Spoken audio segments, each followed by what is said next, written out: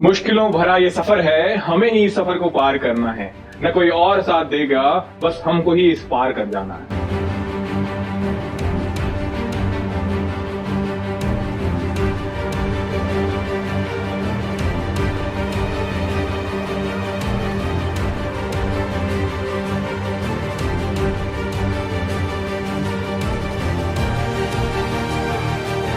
Most welcome है मेरे सारे प्यारे बच्चों का महाराष्ट्र नर्सिंग क्लासेस इस प्लेटफॉर्म पे। मैं आपका होस्ट एंड दोस्त आपका जय। आज मैं बहुत इंपॉर्टेंट टॉपिक में बात करने वाला हूं बिकॉज कई दिनों से बच्चों के लगातार मेरे पास में कमेंट्स आ रहे थे, पर्सनली जिनके पास मेरे नंबर है उनसे मेरे पास कॉल एंड मैसेजेस आ रहे थे व्हाट्सएप पे। तो आज उस जो मैसेजेस हैं उन सभी मैसेज को मैं रिप्लाई देना चाहूंगा। और वो रिप्लाई क्या है, क्या क्वेश्चन है, अभी मौका है आपके पास में अगर आप संभल गए, क्योंकि कुछ 120 दिन के आसपास का समय है आपके पास। अगर ये 120 दिन आपने अपने आप को संभाल लिया तो आपका सिलेक्शन जो है वो बस एक कदम दूर है। आपको इस एक कदम, इस 120 दिन को आपको संभाल के रखना है खुद को, ताकि आप अपने करियर को बहुत अच्छे से संवार पाओ, अच्छे से समेट पाओ। किस तरीके से आप संभालेंगे? सबसे पहली बात, कई बार क्या होता है कि हम लेक ऑफ इंफॉर्मेशन की वजह से चीजों को मिस कर देते हैं, तो वो चीजें हमको मिस नहीं करनी है। आपको सबसे पहले हमारे टेलीग्राम चैनल को ज्वाइन करना है। इस टेलीग्राम चैनल पे आपको हर छोटी बड़ी जो इंपॉर्टेंट अपडेट्स होती है, चाहे आपके एग्जामिनेशन से रिलेटेड हो, चाहे आपके एकेडमिक रिलेटेड हो, हर छोटी बड़ी अपडेट्स के साथ साथ इसमें आपको क्विजेस मिलते हैं ताकि आपकी तैयारी और अच्छी हो। इसके अलावा जो भी इंपॉर्टेंट नोट्स होते हैं वो सब कुछ मैं आपको टेलीग्राम पे प्रोवाइड करवाता हूं। कई बार क्या होता है, बच्चा एजुकेशन से हट के कई बार थोड़ा सा डिप्रेस हो रहता है, तो वो पर्सनली एक 1-to-1 इंटरेक्शन चाहता है अपने जैसर से। तो बिल्कुल मैं आप लोगों के लिए अवेलेबल हूं। 8619850532 ये मेरे पर्सनल व्हाट्सएप नंबर है। आप यहां पे मुझे कॉल कर सकते हैं, मुझे मैसेज कर सकते हैं, मुझसे बात कर सकते हैं कि सर मैं तैयारी तो करना चाहता हूं लेकिन समझ नहीं आ रहा कहां से शुरू करूं। सर मैं तैयारी करना चाहता हूं, किस तरीके से पढ़ूं? सर क्या अब मैं पढ़ सकता हूं? और अगर मुझे पढ़ना है तो कैसे पढ़ना है, क्या स्ट्रेटजीज है, वो मेरे को आप प्रॉपर गाइडेंस दीजिए। सर मैं क्लास जाता हूं, कॉलेज जाता हूं, कैसे मैनेज करूं? इस टाइप के जो भी आपके सवाल है वो आप मेरे साथ डिस्कस कर सकते हैं। अब सबसे पहली बात आती है, मैं पढ़ाई कैसे करूं, यानी एक स्टेप दूर है। अगर मैं मोटे मोटे तौर पे बात करूं, आपके एग्जामिनेशन है 7 मई को, यानी 7 मई 2024 को आपका एग्जाम है। लमसम यहां पे अगर मैं बात करूं 120 दिन के आसपास का समय है आपके पास। यानी आज अगर आप मेरा वीडियो देख रहे हैं तो आज से आपके पास में लगभग 120 दिन है। 120 दिन है। अगर शुरुआत आप आज से करते हैं टुडे, अब आप पर निर्भर करता है ये वो एक कदम आपका। आप सिर्फ एक कदम दूर हैं। इस एक कदम में आपके पास में 120 दिन है। 1 स्टेप, यही आपका 1 स्टेप है। इस 1 स्टेप को आप किस तरीके से हैंडल करते हैं, इस 120 दिन को आप कैसे यूटिलाइज करते हैं, ये 120 दिन आपकी जिंदगी के वो इंपॉर्टेंट दिन होने वाले हैं जो आपके और आपके परिवार की जिंदगी को बदल के रख सकते हैं। किस तरीके से आप इन चीजों को फॉलो करोगे, यही चीज मैं आपको बताने वाला हूं। और आपको इस 120 दिन के अंदर बदल के रख देना है अपने आप को, अपनी जिंदगी को, अपने परिवार की जिंदगी को। और किस तरीके से बदलोगे वही सब कुछ मैं आप डिस्कस करने वाला हूं। 1 स्टेप सॉल्यूशन की अगर मैं बात करूं यहां पे कि एक कदम हमारा क्या है, क्या होना चाहिए, तो सबसे बड़ा पहला सवाल आता है, सर सिलेक्शन, हमारा सिलेक्शन ही हमारा गोल है। हम सिलेक्शन कैसे लें? हम सिलेक्शन कैसे लें? यहां पे आते एक बहुत बड़ा सा क्वेश्चन मार्क हमारे सामने आ जाता है। सिलेक्शन के लिए आपको रेगुलरिटीज चाहिए, मेंटेनेंस चाहिए, स्ट्रेटजी चाहिए, रेगुलरिटी चाहिए, हर चीज चाहिए आपको, हर एक चीज में। तो सिलेक्शन के लिए सबसे पहले अगर मैं बात करूं तो क्वेश्चन आता है, सर क्या पढ़ें, किस तरीके से पढ़ें और क्या पढ़ें, ये क्वेश्चन आता है हमारे पास में। तो क्या पढ़ें आप? सबसे पहली बात, अब महाराष्ट्र के जो मेरे बच्चे हैं जो MHCET की तैयारी कर रहे हैं, यानी महाराष्ट्र कॉमन एंट्रेंस एग्जाम की तैयारी कर रहे हैं, सीटी सेल जो करवाती है, उसमें 2 बच्चे हैं। एक वो बच्चा जो CBSE से है, एक वो बच्चा जो CBSE से है, और एक वो बच्चा जो HSC बोर्ड से है। अब बच्चा यहां कंफ्यूज है कि सर मैं CBSE की किताबें पढ़ता आया था पिछले कुछ सालों से और अब मैं HSC की किताबें पढ़ रहा हूं कुछ सालों से, तो क्या मुझे यहां पे इधर से उधर जाना चाहिए? क्या CBSE वाला HSC में और HSC वाला CBSE में जाने चाहिए? बिल्कुल भी आपको ऐसा नहीं करना है। अगर आप बचपन से CBSE पढ़ते आए हैं, आपने क्लास 12 CBSE से पास किया है बेटा, तो कोई दिक्कत नहीं है, आप सबसे पहले इसी को कैरी ऑन करिए, आप इसी को कैरी ऑन करिए। हां, मैं आपको इतना बोलूंगा कि आप सिर्फ बायोलॉजी के अंदर, अगर किसी ने CBSE से किया तो बायोलॉजी में HSC बोर्ड की किताब को सिर्फ 1 टाइम रीड करिए। कई बार जो बच्चे हैं वो मेरे इस रीड को गलत समझ लेते हैं। रीड का मतलब मैंने ये नहीं बोला आप इसको रट लीजिए, रीड का मतलब मैंने ये नहीं बोला कि आप इसको याद कर लीजिए, जस्ट रीड कीजिए। क्योंकि आपने सीबीएसई की किताबें पढ़ रखी है, आपको पता है इस बुक के अंदर क्या कंटेंट है। आपको इस एचएससी बोर्ड का बुक का कंटेंट नहीं पता, तो आप क्या करोगे? आप बस एक बार रीड कीजिए, जो एडिशनल टॉपिक्स हैं वो आप इसमें ऐड ऑन कर लीजिए, जो एडिशनल टॉपिक्स हैं वो सारे आप इसमें ऐड ऑन कर लीजिए। मैं आपको एक चीज बोलूंगा, वो सारे टॉपिक आप ऐड ऑन कर लो, ये बहुत जरूरी है आपके लिए। सेम फिनोमिना आपके एचएससी बोर्ड के लिए है। जो एचएससी बोर्ड जिन्होंने पढ़ रखा है वो इसी को कैरी ऑन करिए और सीबीएसई की किताब को एक बार रीड करिए, वन टाइम रीड करिए। आप टारगेट बना के चलिए कि मैं 2 दिन के अंदर एक चैप्टर पढ़ लूंगा, जस्ट रीड करूंगा। रीड करने में तो कितना टाइम लगता है भाई? रीड करने में 10 मिनट में आप एक पेज आराम से रीड कर सकते हो। एक चैप्टर हार्डली से हार्डली 5 से 7 पेज का होगा, आपको 1 घंटा लगेगा, 1 घंटे में आप रीड कर लोगे। फिर उसके बाद में जो एडिशनल लगता है आपको वो आप नोट कर लीजिए आपकी बुक के मार्जिन के अंदर। बस अगर एक बार आपने कर लिया, फिर कोई एचएससी कोई सीबीएसई से आपका लफड़ा नहीं है। आपकी खुद की किताब आपके पास में, बस ध्यान रखिएगा मैंने बोला अगर आपने सीबीएसई पढ़ी है तो एनसीईआरटी को फॉलो करिएगा, एचएससी पढ़ी है तो सीबीएसई अपनी एचएससी को फॉलो करिएगा। क्यों ऐसा? क्योंकि बेटा हमारा ब्रेन फोटोग्राफिक मेमोरी पे डिपेंड करता है। आपने जो किताबें अभी तक पढ़ी आई है, अब आप नई किताब चेंज कर दोगे, आपका पूरा पुराना पढ़ा पढ़ाई फोटोग्राफिक मेमोरी पूरी डिलीट हो जाएगी, कोई मतलब नहीं रहेगा। हमारा ब्रेन जब एक्ट करता है फोटोग्राफिक मेमोरी पे तो हम उसको क्यों लूज करें? हम उसका बेनिफिट उठाते हैं। इसलिए अपनी पढ़ाई का सोर्स हमेशा एक रखना। पढ़ाई का सोर्स अगर आप एक रखोगे बहुत बेनिफिट होगा आपके लिए, ध्यान रखिएगा। अब सबसे इंपॉर्टेंट चीज, एक बार रीड किया, मामला खत्म हो गया, हम क्या पढ़े मैंने बता दिया। अब इसके अलावा सर बुक्स थोड़ी सी हैक्टिक हैं, कुछ और इससे भी अच्छा कंटेंट क्या करें, उसके लिए बेटा आप जय अकेडमी के बैच में अगर इनरोल हो तो बैचेस के अंदर जो महाराष्ट्र का संघर्ष बैच है, इसमें जो आपको नोट्स पढ़ाए जा रहे हैं, ये नोट्स आपके पूरा का पूरा जूस है बेटा। एनसीईआरटी और एचएससी को एकदम पूरा घुमा के आपको जूस दिया गया है। जो बैचेस में आपको नोट्स दिए जा रहे हैं, टीचर जो हैंड रिटन नोट्स बना रहे हैं, जो एमसीक्यू क्वेश्चन सॉल्व कर रहे हैं, वो आपके एनसीईआरटी एग्जाम्पलर के, आपके एचएससी के टेक्स्ट बुक के क्वेश्चन है बेटा। अगर आप ये सब करते हो तो आपको पूरा निचोड़ मिलेगा, एक जूस जिसको आपको बस पीना है। बस आपको रोज जो सब्जेक्ट दिए जा रहे हैं उन सब्जेक्ट को करिए, जो डिलीवर किया जा रहा है उसको एक्सेप्ट करिए और अपनी तैयारी को जबरदस्त करिए।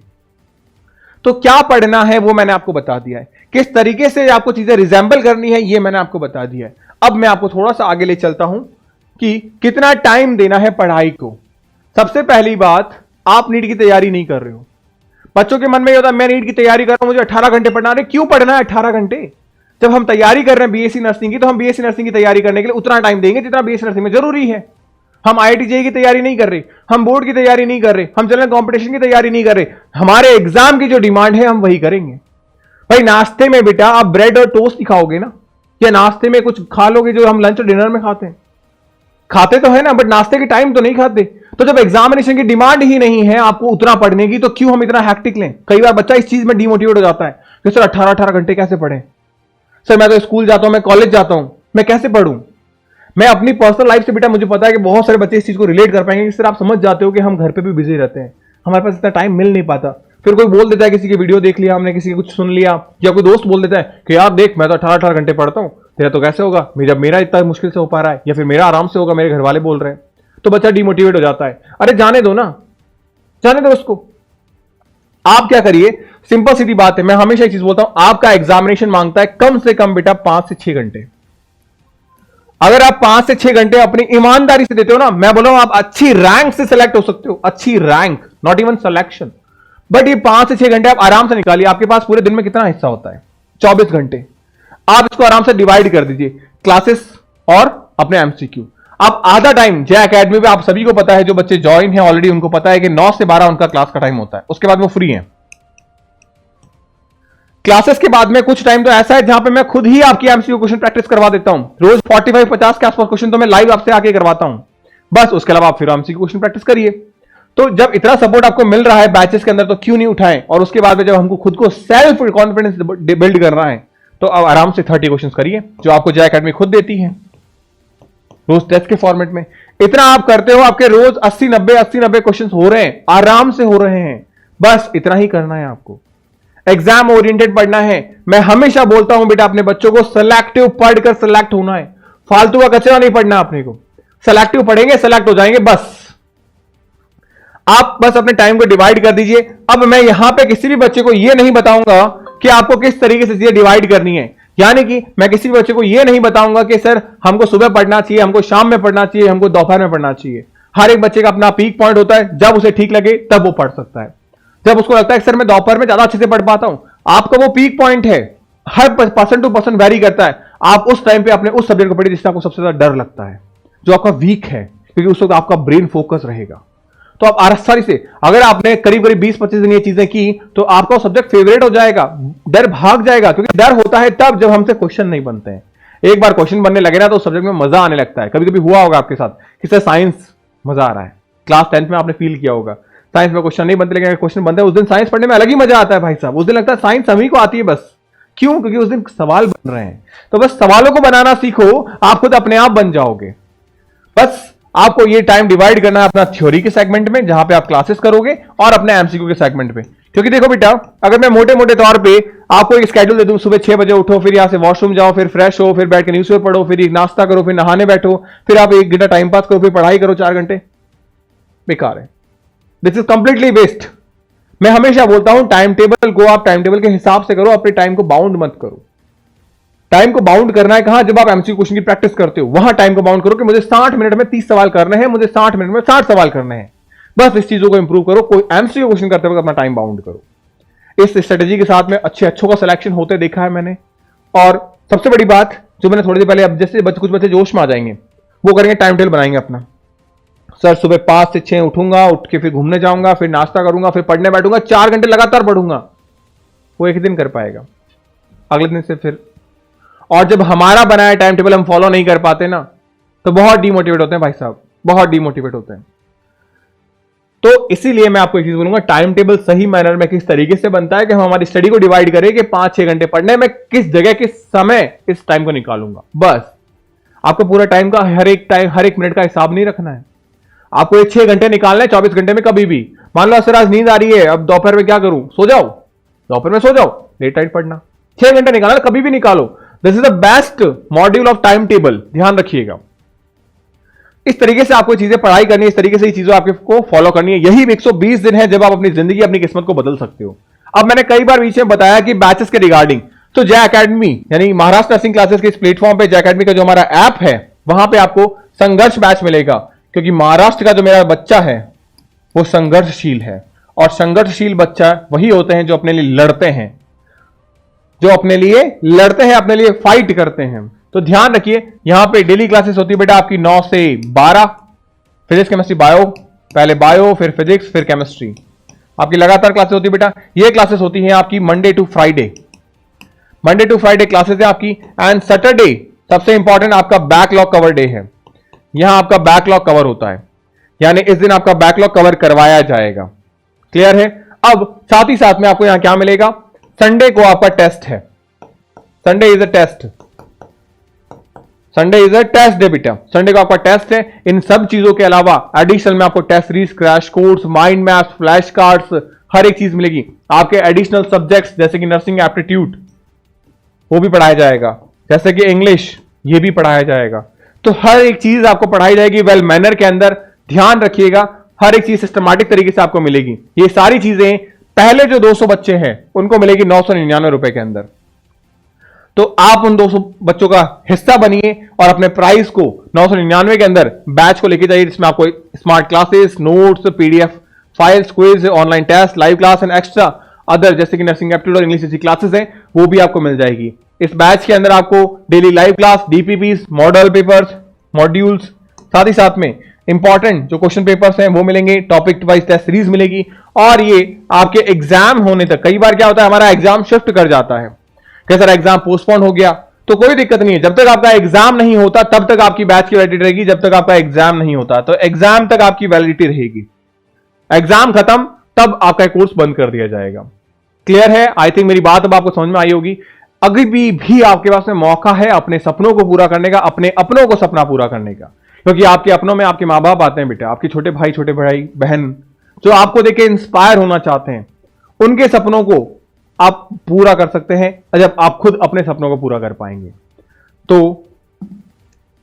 मैं आपसे विदा लेना चाहूंगा एक लास्ट लाइन आपको बोल के अपनी तैयारी को इस कदर कर डालो बेटा कि जिंदगी के आने वाले कुछ साल आपकी जिंदगी के गोल्डन पीरियड बन जाए।